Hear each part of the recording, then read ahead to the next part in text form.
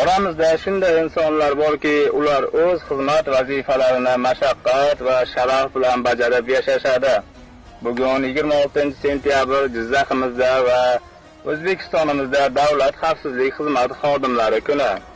Hurmatli davlat xavfsizlik xizmati xodimlari, sizlarning kasb bayramingiz Davlat xavfsizlik xizmati xodimlari kuni munosabati bilan chin qalbimdan tabriklayman.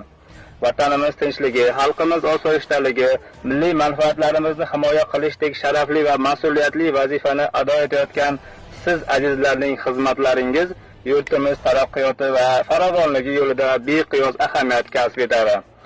Sizlarning matonatingiz, hushyorligingiz, fidoyiligingiz tufayli davlatimiz mustaqilligi, jamiyatimiz osoyishtaligi va xalqimizning ertangi kuniga bo'lgan ishonchi yanada mustahkamlanmoqda. Sizlarga sihat salomatlik, oilaviy baxt, kuch-g'ayrat va xizmat faoliyatingizda ulkan muvaffaqiyatlar tilayman. Bayramingiz muborak bo'lsin. Alloh barchamizni shunday sharafli burchlarni bajarishga qodir qilsin. Bu videoni DXX xodimlariga tashlab qo'yamiz.